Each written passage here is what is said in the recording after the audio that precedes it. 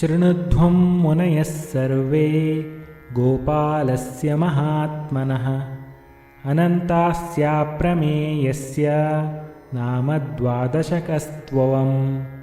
अर्जुनाय पुरा गीतं गोपालेन महात्मना द्वारकायां प्रार्थयते यशोदायाश्च सन्निधौ।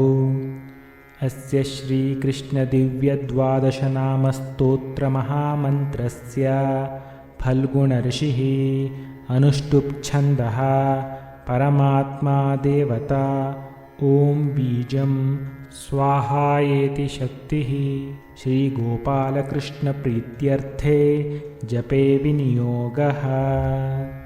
जानुभ्यामपि धावन्तं बाहुभ्यामतिसुन्दरं सकुण्डलालकं बालं गोपालं चिन्तयेदुषः।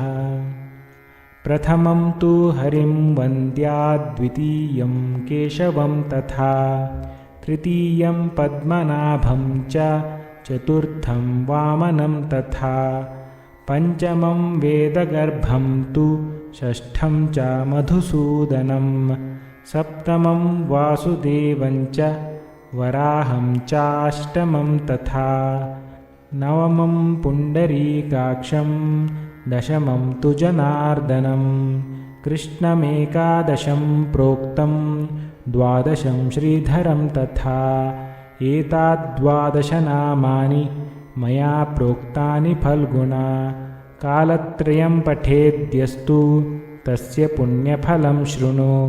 चान्द्रायणसहस्रस्य कन्यादानशतस्य च अश्वमेधसहस्रस्य फलमाप्नोति मानवः।